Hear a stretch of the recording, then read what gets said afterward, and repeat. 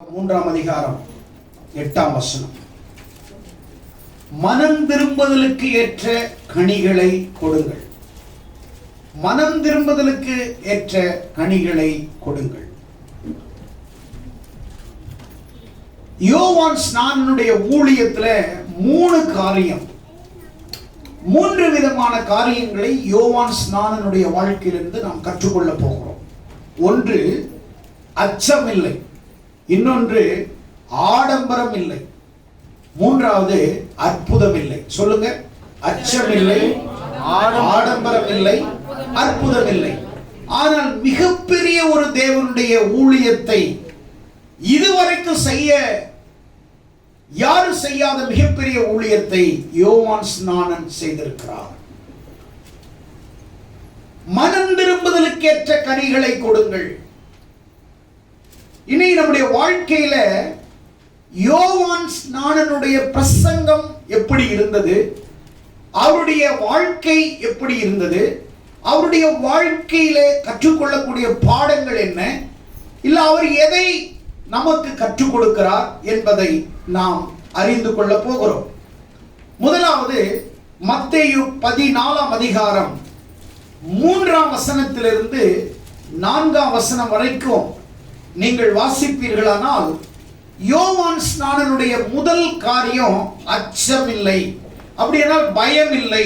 ஒரு துணிச்சலான ஒரு ஊழியக்காரர் யார் அப்படின்னா பைபிள்ல யோவான் ஸ்நானன். எடுத்து வாசிங்கள்.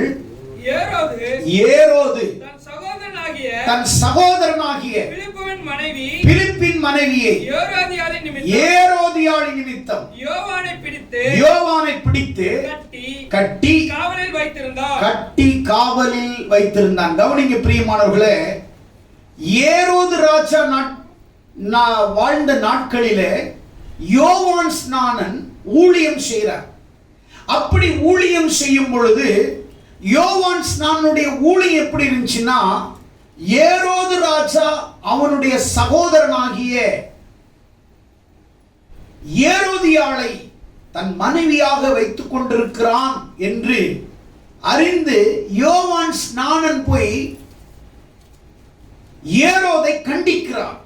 பயப்படாமல் கண்டிக்கிறார். ஒரு தேசத்தினுடைய அரசனை, இவருக்கு எந்த அதிகாரம் இல்லை, இவருக்கு எந்த பதவியும் இல்லை, இவர் ஒரு சாதாரண ஊழியக்காரன், ஆனா ஒரு தைரியமாக போய் கண்டிச்சு உணர்த்துறாரு, ஒரு துணிச்சலாக பேசுறாரு. ஆனா இவருக்கு பயம்ன்றது கிடையாது. ஒரு ராஜாவை இப்படி துணிச்சலா கேட்கிறான்னு தெரிஞ்சு இவரை தூக்கி சிறைச்சாலையில வச்சிடுறாங்க, சிறை சேதமும் பண்ணிடுறாங்க, இவரை கழுத்தை வெட்டி கொன்னுறாங்க. ஆனா அவருடைய வாழ்க்கையில நாம கற்றுக்கொள்ளக்கூடியது அச்சமில்லாத ஒரு ஊழியம், பயமில்லாத ஒரு ஊழியம், ஒரு தைரியமாக துணிச்சலான ஊழியம் செய்த இந்த யோவான் ஸ்நானனை குறித்து நாம் பார்க்கும் பொழுது, நம்முடைய வாழ்க்கையில கடைசி நாட்களில உண்மையை உரைக்க சொல்ல வேண்டும், சத்தியத்தை சத்தியமாய் அறிவிக்க வேண்டும். ஆனால் யோவான் அதை குறித்து பயப்படவே இல்லை. எந்த பதவியோ அல்லது எந்த அதிகாரத்தையோ அல்லது ராஜாவையோ பார்த்து பயந்து அவங்களுக்கு ஏற்ற மாதிரி பிரசங்கம் பண்ணல, அவருக்கு ஏற்ற மாதிரி அவர் பிரசங்கம் பண்ணார். ஆமென். கரங்களை தட்டி ஆண்டவரை மகிமைப்படுத்து. சிலருடைய ஊழியம் சிலருக்கு ஏற்ற ஒரு ஊழியமாய் இக்காலகட்டத்திலே போய்கொண்டிருக்கிறது. அவருக்கேற்ற ஊழியம் அல்ல, அவங்களுக்கேற்ற ஊழியம் அல்ல, அவருக்கேற்ற ஊழியங்களை செய்த ஒரு யோவான் ஸ்நானன் உடைய வாழ்க்கையில எவ்வளோ காரியங்களை நாம் பார்க்கலாம். உண்மையை பேசும்போது உலகம் நம்மை எதிர்க்கும், நம்மை தாக்கும், நம்மை பற்றி புறம் பேசும், நம்மை நிந்திக்கும். ஆனால் அதை குறித்து நாம் பயப்படக்கூடாது. பரிசுத்த வேதாகமத்திலே தைரியமாய் கர்த்தருக்கு ஊழியம் செய்தவர்கள் ஏராளமான மனிதர்கள் இருக்கிறார்கள். அதிலே மோசே பார்வோனுக்கு முன்னாடி பயப்படல, தைரியமா ஊழியம் செய்தார். பார்வோனை பார்த்து அஞ்சல. என் ஜனங்களை, என் இஸ்ரவேல் ஜனங்களை என் தேவனை ஆராதிப்பதற்கு அனுப்பிவிடு என்று பார்வோனுக்கு முன்னாடி போய் தைரியமாய் சொல்லுகிறதை பார்க்கிறோம். பார்வோனுக்கு பயம் இல்லை. பெரிய கோலியாத்தை பார்த்து தாவீது பயப்படல. நீ எனக்கு எம்மாத்திரம், என் தேவனை நிந்திக்கிற நீ எனக்கு எம்மாத்திரம் என்று சொல்லி தாவீது கோலியாத்துக்கு முன்னாடி பயப்படல. கோலியாத்தினிடத்திலிருந்து தன்னுடைய ஜனங்களை விடுவித்த ஒரு தேவனுடைய மனுஷன் தாவீது. தாவீது யாரை குறித்தும் பயப்படணும்னு அவசியம் இல்லை. அப்படியானால் நம்முடைய ஊழிய பாதையிலே துணிச்சலான செய்திகள், துணிச்சலாக சத்தியத்தை அறிவிக்கக்கூடிய காலகட்டத்திலே நாம் வாழ்ந்து கொண்டிருக்கிறோம். ஆட்களுக்கு ஏற்ற மாதிரி பிரசங்கத்தை மாற்றக்கூடாது. அவருக்கு பிரியமான பிரசங்கம் தான் இந்த காலகட்டத்திலே தேவன் விரும்புகிறார். மக்களுக்கு ஏற்ற ஒரு பிரசங்கத்தை தேவன் பேச விரும்ப மாட்டார். அவர்களுடைய வாழ்க்கையிலே தேவனுக்கு எப்படி அவர்கள் வாழ வேண்டும், எப்படி ஜீவிக்க வேண்டும், எப்படி இருக்க வேண்டும் என்ற பிரசங்கத்தை தான் ஆண்டவர் பேசுகிறார். ஆனால் யோவான் ஸ்நானன் தைரியமாய் பேசினதினாலே அவனை சிறைச்சாலையிலே அடைத்து அவனை சிறைச்சேதம் செய்தார்கள். ஆனால் தனக்கு மரணம் நேரிடும் என்று அறிந்தும் அவன் அதை குறித்து பயப்படவில்லை. உண்மையை உரக்கச் சொன்னான், உண்மையை தைரியமாய் சொன்னான், சத்தியத்தை தைரியமாய் சொன்னான். எதையும் கண்டித்து உணர்த்துகிற ஒரு போதகனாக யோவான் ஸ்நானன் யாரையுமே பிரியப்படுத்தாமல், யாருக்கு வளைந்து போகாமல் தைரியமாக சத்தியத்தை சத்தியமாய் அறிவிக்கக்கூடிய அச்சமில்லாதவனாக, தைரியசாலியாக, பயமறியாதவனாக, கர்த்தருக்காக கர்த்தர் சொன்ன வார்த்தைகளை ஜனங்களுக்கு எடுத்து சொன்னதிலே மிகவும் தேர்ச்சி பெற்றவனாக, தைரியசாலியாக அவருடைய ஊழியத்தை செய்கிறதை நாம் பார்க்கிறோம். ஆகையால் தான் அவன் யோர்தான் பக்கத்திலே வனாந்தரத்திலே ஆண்டவருக்கு ஊழியம் செய்கிறான். அவன் காட்டுல ஊழியம் செய்கிறான், வனாந்தரத்திலே ஊழியம் செய்கிறான். பயப்படல, தைரியமாக ஊழியம் செய்கிறான். ஜனங்களுக்கு கண்டித்து உணர்த்துகிறான். மனம் திரும்புதல் ஏற்ற கனிகளை கொடுங்கள். மனம் திரும்புதல் முக்கியம் என்பதை வலியுறுத்தினான். இன்றைய காலகட்டத்திலே ஊழியத்திலே சபைகளிலே மனம் திரும்புதலுக்கு ஏற்ற பிரசங்கங்கள் எல்லாம் ஒளிந்து போய்விட்டது.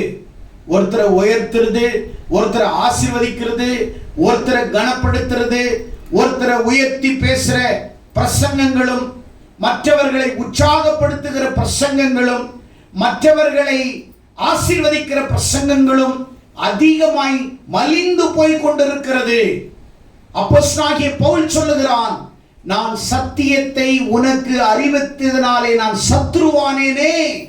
உண்மையை நீங்கள் பேசினால் ஜனங்கள் மத்தியிலே நீங்கள் பகைக்கப்படுவீர்கள், நீங்கள் துன்புறுத்தப்படுவீர்கள், உங்கள் பெயர்களை இழிவுபடுத்துவார்கள், உங்கள் பெயரை களங்கப்படுத்துவார்கள், உங்கள் பெயரை விமர்சிப்பவர்களாக மாறிவிடுவார்கள். ஆனால் நீங்கள் அதை குறித்து நீங்கள் எல்லளவும் நீங்கள் பயப்பட வேண்டிய அவசியம் இல்லை. ஏனென்றால் தாவீது கோலியாத்துக்கு பயப்படல, எலியா பாகால் தீர்க்கதரிசிகளுக்கு பயப்படல, எதிர்த்து நின்றான். இயேசுவே ஆண்டவர், தேவனே கர்த்தர் என்பதை பாகாலுக்கு முன்பாக கர்மேல் மலையிலே நடந்த போட்டியிலே 450 தீர்க்கதரிசிகளுக்கு முன்னாடி ஒரே சிங்கிள் ஊழியக்காரனாகிய எலியா நின்று தைரியமாய் இஸ்ரவேலின் தேவன் ஒருவரே கர்த்தர் என்பதை தைரியமாய் போதித்தான். வானத்திலிருந்து அக்கினியை இறக்கி அவர்தான் யெகோவா என்கிற தேவன் என்பதை நிரூபித்து காட்டினான். யாரை பார்த்து பயப்படல, யாரையும் பார்த்து அச்சமில்லை. எலியா தைரியமாய் பாகாலுக்கு தீர்க்கதரிசிகளுக்கு முன்னாடி தைரியமாய் சொன்னான், கர்த்தரே தேவன், கர்த்தரே தேவன் என்று முழங்கினான். பிரியமானவர்களே, தானியேல் சிங்க கெபியை பார்த்து பயப்படல. நீ ராஜாவை நீ வணங்கல அப்படின்னா நீ சிங்கத்தின் கெபியில போடப்படுவ. ஆனா அவன் அறிந்தும் தேவனை வணங்கினான். ஆகையால் தானியேலை சிங்கத்தின் கெபியிலே போட்டார்கள். சிங்கத்தை பார்த்து அவன் பயப்படவில்லை, கெபியை பார்த்து பயப்படவில்லை, ராஜாவின் அதிகாரத்தை பார்த்து பயப்படவில்லை, ராஜாவினுடைய அரசாங்கத்தை பார்த்து பயப்படவில்லை. ஆனால் தானியேலை சிங்கத்தின் கெபியிலே போட்டார்கள். ஆனால் அவன் எள்ளளவும் பயப்படவில்லை. அவன் சிங்கத்தின் கெபியிலே போட்டு அடுத்த நாள் காலையிலே தரியு ராஜா வந்து, ஜீவனுள்ள தேவனுடைய தாசனாகிய தானியேலே என்று கூப்பிட்ட பொழுது, சிங்கத்தின் கெபியில் இருந்த ராஜா, நீர் என்று வாழ்க, என்னை சேதப்படுத்தாதபடிக்கு என் கர்த்தர் தம்முடைய தூதனை அனுப்பி சிங்கத்தின் வாயை கட்டி போட்டார். விசுவாசிக்கிறவர்களுடைய வாழ்க்கையில, விசுவாசித்து ஆராதிக்கிற உண்மையாய் கர்த்தருக்காக இருக்கிறவர்களுக்கு முன்னாடி சிங்கத்தின் வாய்களை ஆண்டவர் கட்டுவார். சிங்கத்தின் வாய்களை ஆண்டவர் கட்டுவார். அச்சமில்லாமல் அந்த காலகட்டத்தில் இயேசுவுக்காக துணிச்சலாக சாட்சி சொன்னார்கள்.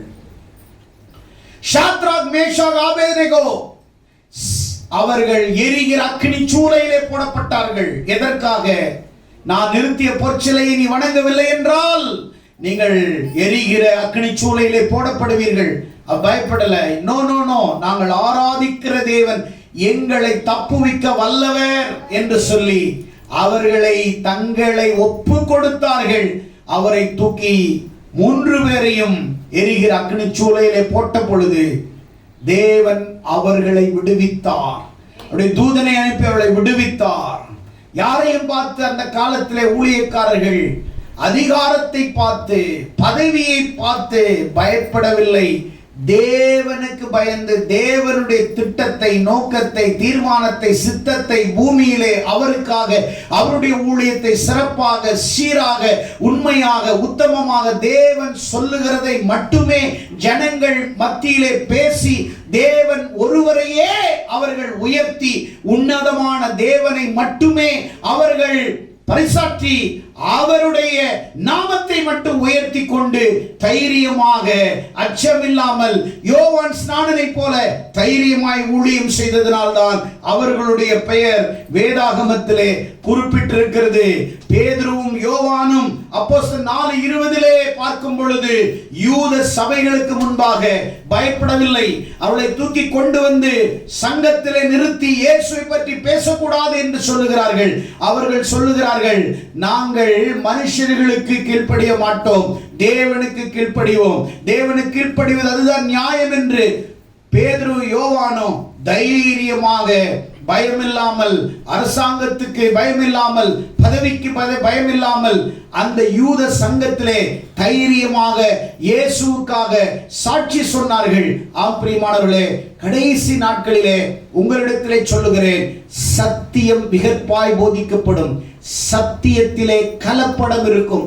சத்தியத்திலே கலப்படம் செய்து ஜனங்களை தங்கள் வசமாக, தங்கள் காணிக்கை பெருக்கிக் கொள்வதற்காக, அல்லது தங்களுடைய வாழ்வாதாரத்தை பெருக்கிக் கொள்வதற்காக, அல்லது தங்களுக்கென்று ஒரு கோபுரத்தை, ஒரு பாபேல் கோபுரத்தை கட்டுவதற்காக சத்தியம் கலப்படமாகும். சத்தியம் விகற்பாய் போதிக்கப்படும். சத்தியம் தைரியம் இல்லாமல் போதிக்கப்படும். ஆகையால் தான் 2 தீமோத்தேயு 2 அதிகாரத்திலே 4 வசனத்திலே 3 வசனத்திலே பார்க்கும்போது, அவர்கள் ஆரோக்கியமான உபதேசத்தை பொறுக்க மனதில்லாதவர்களாய் தங்கள் சுய இச்சைக்கேற்ற போதர்களை தாங்கள் திரளாய் சேர்த்துக் கொண்டு கட்டுக்கதைகளுக்கு விலக்கி, சத்தியத்தை விலக்கி கட்டுக்கதைகளுக்கு சாய்ந்து போகிற காலம் வரும். நீயோ எல்லாவற்றிலும் மனந்தெளிவுள்ளவனாய் இருந்து தீங்கனுப்பி சத்தியத்தை, சுவிசேஷத்தின் வேலையை செய் என்று தீமோத்தேயுக்கு பவுல் அறிவிக்கிறதை பார்க்கிறோம். சத்தியம் மிக முக்கியம். சத்தியத்தை மிக முக்கியமாய் நாம் அறிவிக்க வேண்டும். பவுலுக்கு சிறைகள், அடிகள், கப்பல் விபத்து போன்ற எத்தனையோ பாடுகள் வந்தது. ஆனாலும் தைரியமாக இயேசுவின் ஊழியத்தை எந்த சூழ்நிலையிலும் நான் பயப்பட மாட்டேன், கிறிஸ்துவின் சுவிசேஷத்தை குறித்து நான் வெட்கப்படேன் என்று சொல்லி அச்சமில்லாமல் ஊழியம் செய்தவர்கள் இவர்கள் எல்லாம். தைரியமாய் ஊழியம் செய்தவர்கள், தைரியமாய் சத்தியத்தை அறிவித்தவர்கள், தைரியமாய் கர்த்தருக்கு சாட்சியாய் நின்றவர்கள். யோவான் ஸ்நானனுடைய வாழ்க்கையில அச்சம் இல்லை. இரண்டாவது பாயிண்ட், மத்தேயு 3:4 ஆடம்பரம் இல்லை.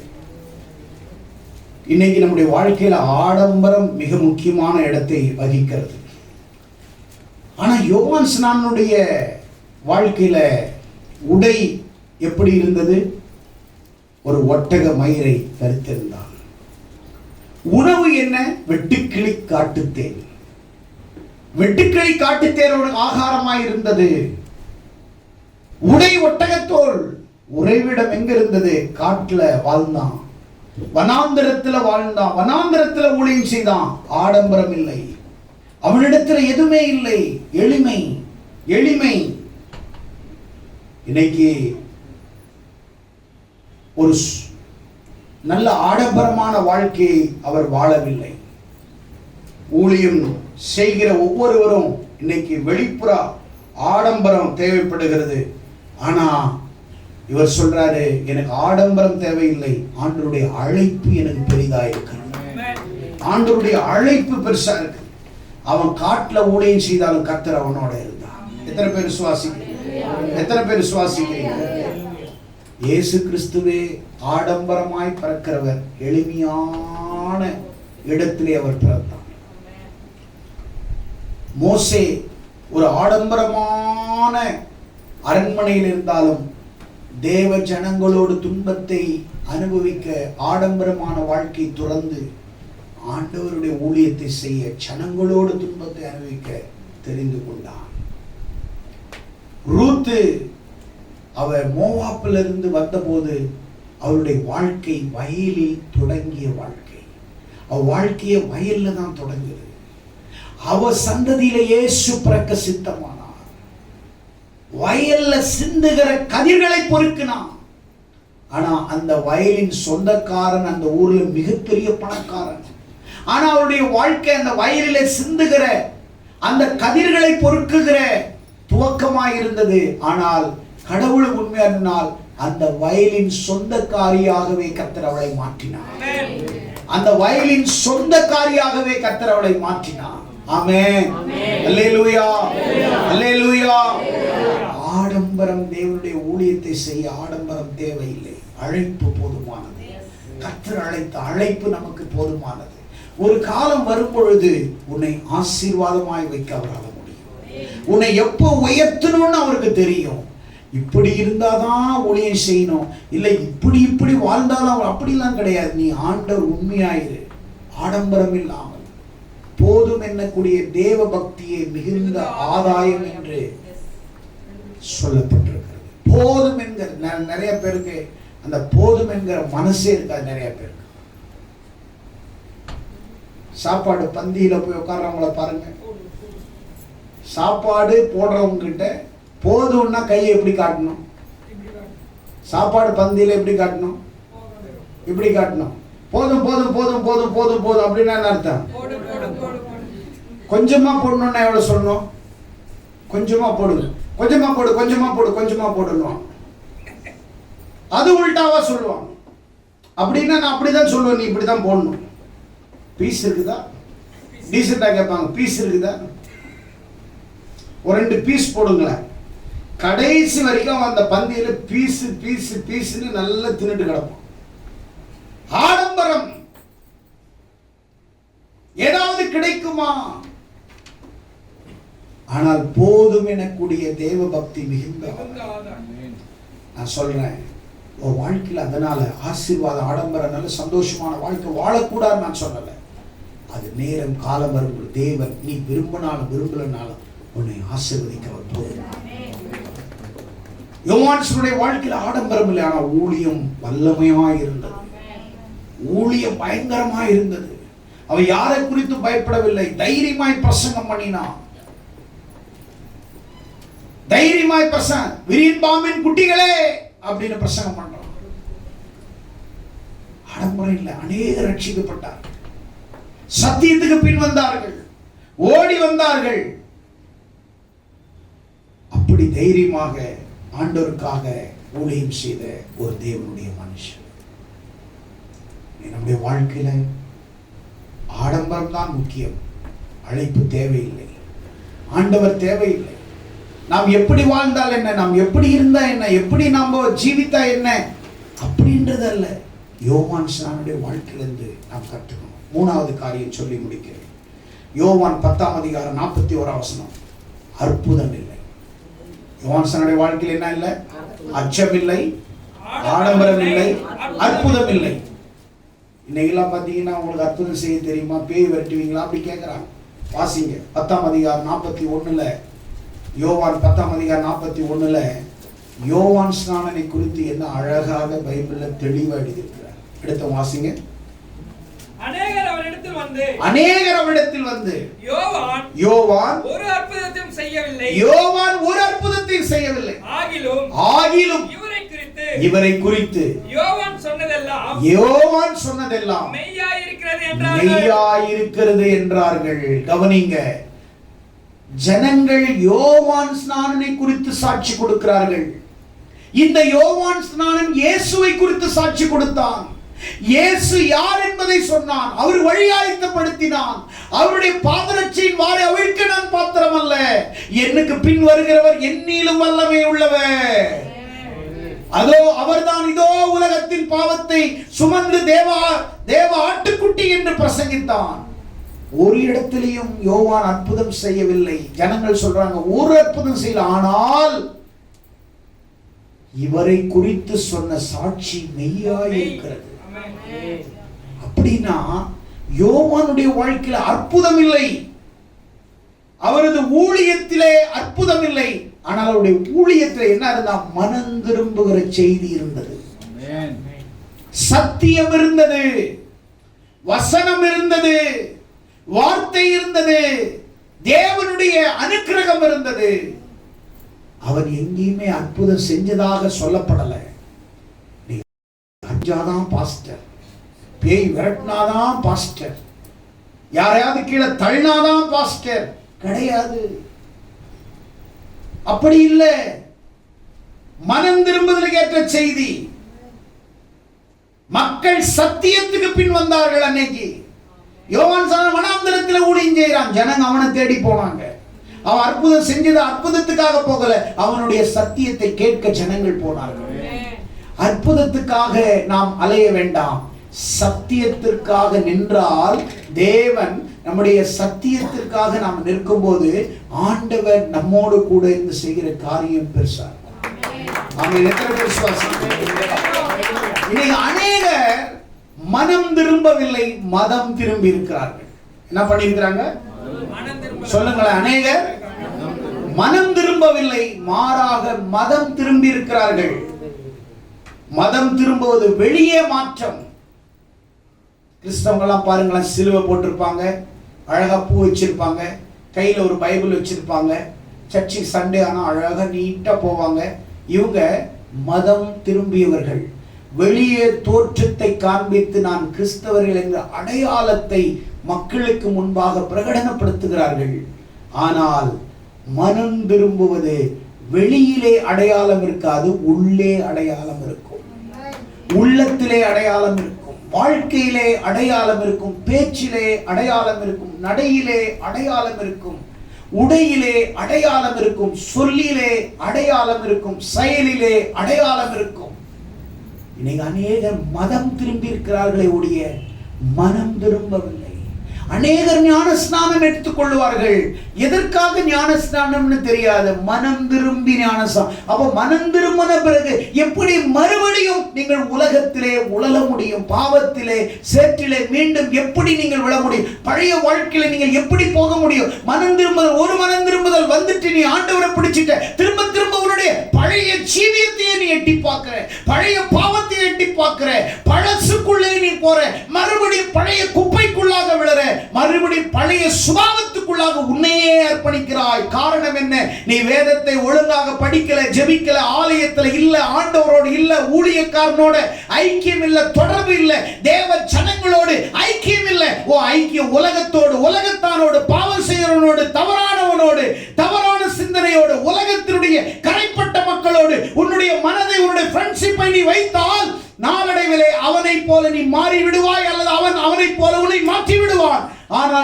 தேவனோடு, சபையோடு, சத்தியத்தோடு, வேதத்தோடு, வசனத்தோடு, பரிசுத்தாவின் உதவியோடு தேவனுடைய அனுக்கிரகத்தை நாடினால் காலப்போக்கிலே நீரும் தேவனை போல தேவனுடைய சுபாவம் உன்னிலே வளர்ந்து, தேவ கிருபை உன்னிலே வளர்ந்து, ஆண்டவருக்காக தேவனுக்காக வாழக்கூடிய ஒரு வாழ்க்கை நடைமுறை உன்னுடைய வாழ்க்கையிலே, அப்படிப்பட்ட ஜீவியத்தை உன்னுடைய வாழ்க்கையிலே அது உள்ளே வரும். That is Christianity. அதுதான் கிறிஸ்தவம். அதுதான் கிறிஸ்தவம். மறுபடியும் பழைய ஜீவியம், மறுபடியும் பழைய நண்பன், மறுபடியும் பழைய பாவம், மறுபடியும் பழைய சுபாவம், மறுபடியும் விட்டுட்டு வந்த பாவம். ஆனா ஞாயிற்றுக்கிழமை ஒரு நாள் வந்து கடமைக்காக சத்தியத்தை கேட்கிறது தேவன் விரும்புவதில்லை. தேவன் அதை எதிர்பார்ப்பதில்லை. தேவன் அதில் சந்தோஷப்படுவதில்லை. மாற்றம் என்பது உன்னுடைய வாழ்க்கையில தினந்தோறும் மாற்றங்கள் வர வேண்டும். நீ சபைக்குள்ள வந்த பிறகு நீ நாளுக்கு நாள் உன்னை பார்த்து இன்னொருத்தவன் மனம் திரும்ப வேண்டும். உன்னை பார்த்து சாட்சியை சொல்ல வேண்டும். சபைக்கு வந்தாள் இப்படி இருக்கிறா அப்படி இருக்கிறான்னு பாரு. 4 நாள் வந்தா, 4 நாள் கடவுளை தேடினா, 4 நாள் ஆண்டவருக்குள்ள வந்தா, இப்ப பாரு வாழ்க்கை மறுபடியும் நாறி போயிடுச்சு. அப்படி சொல்லக்கூடாது. நீ நாளுக்கு நாள் கர்த்தருக்கு பயந்து, நீ பரிசுத்தத்திலே வளர்ந்து, நீ உண்மையுத்தமாய் வாழணுமே ஒழிய நீ மறுபடியும் பழைய ஜீவியத்திலே வாழ்வது கிறிஸ்தவம் அல்ல. அற்புதம் வாழ்க்கையில இல்லை. ஆனா ஜனங்கள் சத்தியத்திற்காக யோவான் ஸ்நானனை பின்பற்றினார்கள். யோவான் ஸ்நானன் எங்க இருக்கிறார்? வனாந்திரத்தில் இருந்தார். காட்டில் உட்கார்ந்துட்டு இருந்தார். ஜனங்கள் அவரை தேடி வந்தார்கள். சத்தியத்தை தேடி மேய்ந்து கொள் என்று வேதம் சொல்லுகிறது. சத்தியத்தை நீ தேட வேண்டும். சத்தியத்தை நீ தேட வேண்டும். சபையை நீ தேட வேண்டும். ஐக்கியமே இருக்காது. எல்லாரோட டெய்லி பேசுவாங்க, ஆனா கர்த்தரோட பேச மாட்டாங்க. எல்லாரோட நேரம் செலவிடுவாங்க, வேதத்தோட நேரம் அதுக்கெல்லாம் நேரம் இருக்குது. பைபிள் படிக்க நேரம் இல்லை. மக்களோட ஊர் சுத்துவாங்க, ஆனா ஜெபிக்கிறதுக்கு நேரம் இல்லை. பழைய நண்பர்களோடு சேருவாங்க, ஆனா சபையில நல்ல நண்பர்களோடு சேர மாட்டாங்க. ஜெபிக்கிறவங்களோட சேர மாட்டாங்க. எங்க நீ கிறிஸ்துவுக்குள்ள புது சிருஷ்டி ஆயிட்டனா அந்த கூட்டத்துல அந்த ஜனங்களுக்குள்ள இருந்தா மட்டும்தான் நீ கனி கொடுக்க முடியும். இல்லாட்டினா நீ கனி கொடுக்க முடியாது. அதனாலதான் யோவான்சன் சொன்ன மனம் திரும்புதலுக்கு ஏற்ற கனிகளை கொடுங்கள். பைபிள்ல யாரு மதவாதி என்றத பைபிள் 3 பேரை அடையாளம் காட்டுச்சு. நம்பர் 1 பரிசேயர்கள், மதவாதிகள். யாரு? நல்ல கவனிங்க, இந்த சத்தியம் உங்களுக்கு கிடைக்காது. பரிசேயர்கள் யாரு? மதவாதிகள். வெளியில அவங்க புனிதம் மாதிரி இருப்பாங்க, ஆனா உள்ள அவங்க எப்படி இருப்பாங்க? குப்பையா மாறிடும். வெளியில புனிதம், பரிசுத்தம். நான் யார் தெரியுமா? சிலுவை போட்டுக்கிறேன் பத்தியா, பைபிள் கையில வச்சிருக்கிற புனிதம். வெளியிலே ஹோலி, வெளியில ஹோலி ஸ்பிரிட், உள்ள போலி ஸ்பிரிட். வெளியில ஒரு வாழ்க்கை, உள்ள ஒரு வாழ்க்கை. இவங்களை குறிச்சு ஆண்டவர் தெளிவா சொல்றாரு. இவங்க வெள்ளையடிக்கப்பட்ட கல்லறைகள். இவங்க யாரா? வெள்ளையடிக்கப்பட்ட கல்லறைகள். பார்க்க அத்திமரம் போல இருப்பார்கள், தேடி பார்த்தா கனியே இருக்காது. பார்க்க பார்க்க அழகா இருக்கும் அத்திமரம், தேடினால் கனி ஏமாற்றம்.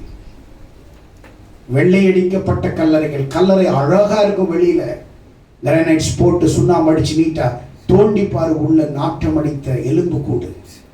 வெளியில வெள்ளையடிக்கப்பட்ட கல்லறை, ஒயிட் அண்ட் ஒயிட், நகையெல்லாம் கழட்டிட்டு ஹல்லேலூயா ஹல்லேலூயா. ஓ என்ன ஆவியுமே தெரியல. ஓ அந்த சிஸ்டர் நகை போட்டிருக்கிறாங்க. நாங்கெல்லாம் யார் தெரியுமா? Pure Pentecost. என்னவா? What is the Pentecost? Tell me. What is the meaning of the Pentecost? Nobody knows. But they will always telling, I am the Pentecost. I am Pentecost. What is the Pentecost? What is the meaning of the Pentecost? Nobody knows. But they will use the Pentecost name always. Oh hallelujah. What is hallelujah? ஓ ஒருத்தவங்க நகை போட்டு பக்கத்துல அப்படி அவங்கள பார்த்து ஒரு ஏன்னா இவங்க ஹோலியா. இவர் யாரா? ஹோலி. ஒருத்தவங்க பூ வச்சுட்டு வந்து ஹல்லேலூயா ஹல்லேலூயா. என்ன? ஓ பூ வச்சு ஹல்லேலூயா. ஓ பிசாசின் பிள்ளைகள். ஓ கேரக்டர்ஸ். உன் வாழ்க்கை மாற்றத்தை ஆண்டவர் எதிர்பார்க்கிறார். வாழ்க்கையில மாற்றம் பார்க்கிறது. ஜிமிக்கி போடுறதுனால நீ ஒண்ணு நீ குமிக்கி இல்லை. நீ ஜிமிக்கி எடுக்கிறதுனால நீ ஒண்ணு ஹோலி கிடையாது. மனமாற்றம் தேவை, மதமாற்றம் அல்ல. ஆமென். ஹல்லேலூயா. வெள்ளை ட்ரெஸ் போட்டுட்டா அவ மேல ஒண்ணு இறங்கிரும். நான் ஹல்லேலூயா. Price Lord. அப்படி வித்தியாசமான பாவலெல்லாம் காட்டுவாங்க. ஹல்லேலூயா ஹல்லேலூயா. இப்படி கை வச்சுக்குவான், இப்படின்னு ஒரு வித்தியாசம். அவங்களுக்கே ஒரு ஸ்டைல். பரிசுத்த ஆவியானவர் அலங்கோலமாவா வந்தார், அழகா வந்தார். பரிசுத்த ஆவி ஜென்டில் பரிசுத்த ஆவி. அலங்கோலமானவர்கள் அழகானவர். ஹல்லேலூயா ஹல்லேலூயா ஹல்லேலூயா. கிறிஸ்தவத்திலே ஒழிக்கப்பட வேண்டியவை, கிறிஸ்தவத்திலே களை எடுக்கப்பட வேண்டிய ஆவிகள், கிறிஸ்தவத்திலே களை எடுக்க வேண்டிய களைகள் ஏராளமாய் இருக்கிறது. அல்லேலூயா. ஞாயிற்றுக்கிழமை பார்த்தா வெண்ணங்கி பொன்முடி, வெண்ணங்கி பொன்முடி. மற்ற நாள்ல பார்த்தா வெள்ளைக்கும் எனக்கும் சம்பந்தம் இல்லை, கருப்புக்கும் எனக்கும் தான் ஐக்கியம் இருக்கு. ஞாயிற்றுக்கிழமை வெள்ளைக்கும் எனக்கும் தான் ஐக்கியம் இருக்கு. ஆமென். சுபாவ அன்பு இல்லாத குஞ்சுஸ்கள் இவங்க, சுபாவ அன்பு இல்லாதவங்க, சுபாவ அன்பு இல்லாதவர்கள், குர்கோஸ், இவங்கள ஒரு மாதிரியான ஸ்பிரிட். பரிசுத்த ஆவி யாரையும் காயப்படுத்தாது, துக்கப்படுத்தாது. ஆமென். ஹல்லேலூயா ஹல்லேலூயா. நின்னுகிட்டு பக்கத்து மேல இடிக்குது. ஹல்லேலூயா ஹல்லேலூயா. அவனை இடிச்சு மண்டையை உடைச்சு ஆவியான புடியா இடிக்க சொல்ற, புடியா மேல உள்ள சொல்ற, புடியா குதிக்க சொல்ற. பரிசுத்த ஆவியான ஜென்டில்மேன் மேல இறங்கினா மாற்றம் வரும். ஹல்லேலூயா ஹல்லேலூயா ஹல்லேலூயா. இந்த ஆவிகள் ஞாயிற்றுக்கிழமை மட்டும்தாங்க இறங்கும். 7 நாள் அவங்க அப்படி வீட்டில் பண்றாங்களா? 7 நாள் வெள்ளை புடவை கட்டிக்கிட்டு பிரைஸ் தி லார்ட், சமைக்கணுமா, praise the lord, hallelujah, praise the lord அப்படியே செய்றாங்க. 7 நாளுக்கு அந்த புடவைக்கும் அதுக்கும் வெள்ளை புடவை சாகரப்பதான் போடுவாங்க சிலவங்க மேல. ஞாயிற்றுக்கிழமை போட்டு அந்த ஆவி வந்துடும். அந்த ஞாயிற்றுக்கிழமை அது போட்டாவே அந்த ஆவி இறங்கும். அப்படி இருக்கக்கூடாது. நீ எந்த புடவை கட்டினாலும் எந்த கலர் போட்டாலும் உன் மேல பரிசுத்த ஆவி இறங்கும். எத்தனை பேர் விசுவாசி? எத்தனை பேர் விசுவாசி? வெள்ளை ஆடை ஒரு தூய்மையான ஆடை, பரிசுத்தத்தை உணர்த்துகிற ஆடை தான். ஆனா அது போடுறவங்க போட்டா அழகா இருக்கும், வேஷம் போடுறவங்க போட்டா அது அசிங்கமா இருக்கும். அதுதான் மேட்டர், வேற ஒண்ணு இல்லை. கரெக்டா இல்லையா? அதுதான் மதம் மாறினவர்கள். யார் யார் தெரியுமா? பரிசேயர். 2வது அனனியாவும் சப்பீராவும். இவங்க 2 பேரும் சபைக்கு வந்தவங்க தானே, காணிக்கை கொடுத்தவங்க தானே. 2 பேரும் செத்துட்டாங்க. ஏன்? இவங்க எல்லாம் யாரு? மதம் மாறிட்டாங்க. ஆனா மனம் மாறி இருந்தா காணிக்கை ஃபுல்லா கொடுத்துருப்பாங்க. இப்ப தெரியுதா? நிறைய பேர் சர்ச்சுக்கு வருவாங்க, அரைக்குறையோட என்ன செய்வாங்க? பாக்கெட்ல கை விடுவாங்க.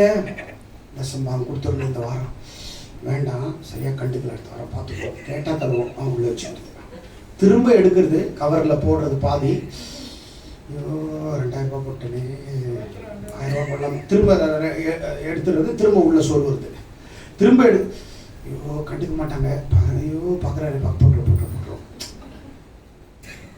இது என்ன ஆவின்னே தெரியல. ஆமென்.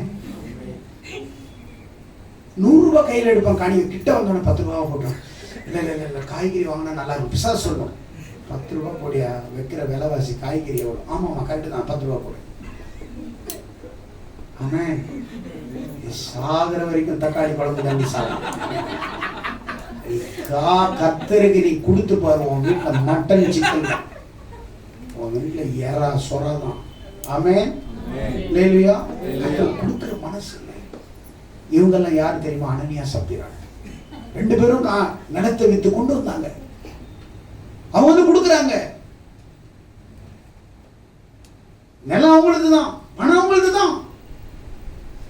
காணிக்க கொடுக்க முன்னாடி அந்த காணிக்க அவங்களுக்கு தான். அன்னைக்கு எல்லாம் நிலத்தை வித்து அப்படியே மொத்தமா கொடுத்தாங்க. இவங்க மட்டும் பாதி வச்சுக்கிட்டு மீதி எடுத்துட்டு வந்து அப்போஸ்தலர் பாதத்துல வச்சாங்க.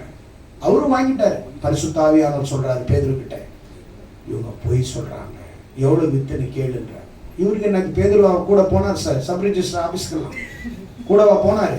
பரிசுத்த ஆவியானவருக்கு தெரியும் எவ்வளவு வித்த, யாருக்கிட்ட வித்த, எங்க வித்த, எவ்வளவு வச்சிருக்கிற வீட்டுல எல்லாம் அவருக்கு தெரியும், நமக்கு தெரியாது. ஊழியக்காரனுக்கு எதுவும் தெரியாதம்மா. ஆவியானவர் ஊழியக்கார உள்ளத்துல சொல்வார். கேட்கிறாரு, நிலத்தை எவ்வளவு விட்டாய்? 2 பேரும் பேசிட்டு வந்துருக்கிறாங்க. ஃபர்ஸ்ட் அனனியா வர்றாரு. பாருங்க, ஃபாஸ்ட்டு கேட்பார், எவ்வளோ விற்று? 5 லட்சம்னு சொல்லாதீங்க, 2.5 லட்சத்துக்கு விற்ற கொடுத்துட்டு வந்துருங்க. அடுத்தப்பறம் நான் போகிறேன், என்ன கேட்பார், நானும் 2.5 லட்சம். ஒரே மாதிரி இருக்கணுங்க பேச்சு. கரெக்ட், போகிறாங்க. அப்போஸ்தலர் 5ஆம் அதிகாரம் படி டக்குன்னு. அனனியா இந்த வார்த்தைகளை கேட்கவே விழுந்து ஜீவனை விட்டார். அது முன்னாடி வசனம். அதை விற்கும் முன்னே அது உன்னுடையதா இருக்கவில்லையோ? பேதுரு கேட்க, விற்கிறது முன்னாடி ஓம் பணம் தானே, அதை விற்ற பின்பு, அது விற்ற பிறகும் அதன் கிரயம் உன் வசதியா இருக்கவில்லையோ? உன் வசம் இருக்கிறது இல்லையோ? நீ உன் இருதயத்திலே இப்படிப்பட்ட எண்ணம் கொண்டது என்ன? நீ மனுஷனிடத்தில் அல்ல, மனுஷனிடத்தில் தேவனிடத்தில் பொய் சொன்னாய் என்றான். மதம் மாறினவங்க யார்கிட்ட பொய் சொல்றாங்கன்னா மனுஷனிடத்துல இருந்து. பரிசுத்த ஆவிக்கு எவ்வளவு சம்பளம் வாங்குற?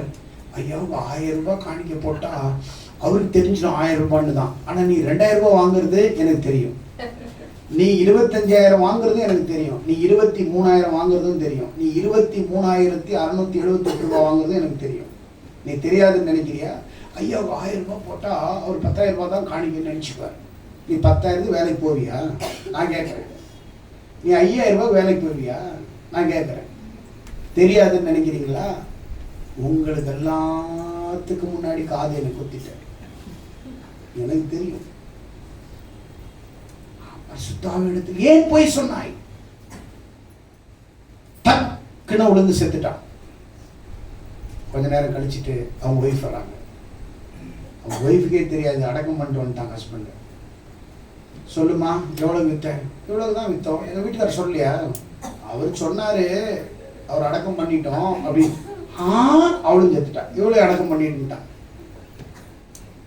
இப்படி எல்லாம் பரிசுத்தாவிக்கு முன்னாடி நீங்க பொய் சொன்னீங்கன்னா ஒரு நாளைக்கு சர்ச்சில் எத்தனை அடக்கம் பண்ண, எவ்வளவு அடக்கம் பண்ண வேண்டியதா இருக்கும். ஒரே அடுத்த வாரத்துல ஒரு ஆள் இருக்க மாட்டான். அதுக்கு அடுத்த வாரம் வந்து அடுத்த வாரமும் எவனும் இருக்க மாட்டான். ஆனால் ஆண்டவர் போய் தொலைட்டு மாறிடும், மனம் திரும்பிடும், விட்டு விட்டு விட்டு விட்டு உங்களை உருவாக்க விரும்புறார். நீ என்ன பண்ற? நீ என்னன்னாலும் சொல்லு, நான் போய் சொல்லிக்கிட்டே இருப்பேன். வெள்ளையடிக்கப்பட்ட கல்லறை. அப்போஸ்தலர் 8ஆம் அதிகாரம் 8ஆம் வசனம் 13ஆம் வசனத்துல சீமோன் அப்படின்ற மாய வித்தக்காரன் ரட்சிக்கப்பட்டான். வாசிங்க. அப்பொழுது சீமோனும் விசுவாசித்து ஞானஸ்தானம் பெற்று, பாருங்க, சீமோன் விசுவாசித்து ஞானஸ்தானம் பெற்று பிலிப்பை பற்றிக்கொண்டு அவனால நடந்த அடையாளங்களையும் பெரிய அற்புதங்களையும் கண்டு பிரமித்தான். அது கீழே ஒரு வசனம் இருக்கும். பணத்தை கொண்டு வந்து அப்போஸ்தலர்கிட்ட இப்ப ரட்சிக்கப்பட்டான், ஞானஸ்தானம் எடுத்துட்டான், ஊழியக்காரனோட வந்துட்டான், எல்லாத்தோட வந்துட்டான். ஆனா கொஞ்ச நாள் கழிச்சுட்டு உடனே இவன் புத்தி மாறல. பாருங்க, பணம் சம்பாதிக்கனா இவன் மாய வித்தக்காரன். மக்கள்கிட்ட ஏமாத்தி பணம் சம்பாதிச்சுட்டே இருந்தான். புத்தி அவன்கிட்ட அந்த ஸ்பிரிட் அவனை விட்டு போகல. அவன் ரட்சிக்கப்பட்டு ஞானஸ்தானம் எடுத்துட்டான். நல்ல கவனிக்கணும். ரட்சிக்கப்பட்டு ஞானஸ்தானம் எடுத்துட்டேன் நான் பெரிய பரிசுத்தவான்லாம் நீங்க நினைக்காதீங்க. அதுக்குதான் இங்க அடையாளத்தையும் இங்க உறுதிப்படுத்துறாரு. அவர் என்ன தெரியுமா சொல்றாரு? கொஞ்ச நாள் புத்தி போகல பாருங்க. நிறைய பேர் வந்து ரட்சிக்கப்பட்டாலும் புத்தி மாறாது. புத்தி மாறுறதுதான் ரட்சிப்புக்கு அர்த்தம். புத்தி மாறாம நீ வந்து இன்னும் அப்படியே பழைய வாழ்க்கையை வாழ்ந்துட்டு இருக்கிறது புத்தி மாறல, உன் குணம் மாறல, நீ இன்னும் பழைய குப்பையில தான் வாழ்ந்துட்டு இருக்கிறன்னு அர்த்தம். இவர் என்ன பண்ணாரு? எல்லாம் முடிச்சுட்டு ஞானஸ்தானம் எடுத்துட்டாராம். பவுல பிலிப்பை பற்றி கொண்டாராம், ஊழியத்துல கூட இருக்கிறாராம், எல்லாம் பண்ண. கொஞ்ச நாள் ஆனோட புத்தி மாறுது. ஏன்னா இவன் பணத்தை எல்லாம் விட்டுட்டு ஆண்டுட்டு திரும்ப பணம் சம்பாதிக்கணும்னு இவனுக்குள்ள அந்த ஆவி வந்துருச்சு. மாயவித்த ஆவி மறுபடியும் உள்ள வந்துச்சு. வந்த உடனே கொஞ்சம் பணத்தை எடுத்து வந்து அப்போஸ்தலர்கிட்ட கொடுக்குறான். இந்தாங்க, இந்த பணத்தை வச்சுக்கோங்க, நான் யார் மேல கை வைக்கிறேனோ அவங்க மேல என்ன வரணும்? வரத்தக்கதாக இந்த அதிகாரத்தை எனக்கும் கூடுன்னு சொல்லிட்டு பணத்தை கொண்டு வந்து யார்கிட்ட கொடுக்குறான்? அதுக்கு அவங்க என்ன சொல்றாங்க? பேதுரு அவனை நோக்கி தேவனுடைய வரத்தை பணத்தினாலே சம்பாதித்துக் கொள்ளலாம் நினைத்தபடியால் உன் பணம் உன்னோடு கூட நாசமாய் போக கடவது. சொல்லுங்களேன், உன் பணம் உன்னோடு கூட நாசமா, நீனும் நாசமா போ, உன் பணமும் நாசமா போயிடும். அப்பா, என்ன மாதிரி ஊழியம் அந்த காலத்துல இருந்துச்சு. இப்படி எல்லாம் நம்ம சொன்னா, நீ தசமம் கொடுக்கல, உன் சம்பளமும் நாசமா போட்டும், நீயும் நாசமா போனா அடுத்த வாரம் வருவீங்களா? ராசிய சம்பளத்தையே இது பண்றாரு. என் ஊழியத்தின் பாதையில் எனக்கு எவ்வளவு 200 ரூபாய் சம்பளம். ஃபர்ஸ்ட் நான் பாப்பரேட்டிப்பட்டின்ற ஹாஸ்டல்ல வார்டனா இருக்குது. 200 ரூபாய், 20 ரூபாய் நான் தசமம் கொடுப்போம். அப்ப ஏஜி சர்ச் பாஸ்டர் அந்த 20 ரூபாய் தசம் வாங்க கொடுத்து நாங்கள் எனக்கு சாப்பாடு போட்டுருவாங்க, சோப்பெல்லாம் கிடைச்சிடும். அந்த 180 ரூபாயில நான் வாழ்க்கை வாழ்ந்துக்கணும். நல்ல கவனிங்க, 20 ரூபாயில ஆரம்பிச்சேன் தசம் வாங்க. அதுக்கு இடையில எங்க பாஸ்டர் அடிக்கடி அங்க ஒரு பீஃப் பக்கோடா அங்க விற்பாங்க, சூப்பரா இருக்கும். 1.5 ரூபாய் என்னவோ 100 கிராம். அங்க போயிட்டு அந்த பீஃபோட அவர் ரொம்ப பிடிக்கும். அவருக்கு டெய்லி கூட்டு 180 ரூபாயும் அந்த பாஸ்டருக்கு வாங்கி வாங்கி வாங்கி வாங்கி கொடுத்து அவர் சாப்பிட்டு, நல்லா இருக்குது தம்பி, நல்லா இருக்கு. அவர் சொல்ல சொல்ல எனக்கு பெரிய சந்தோஷம்.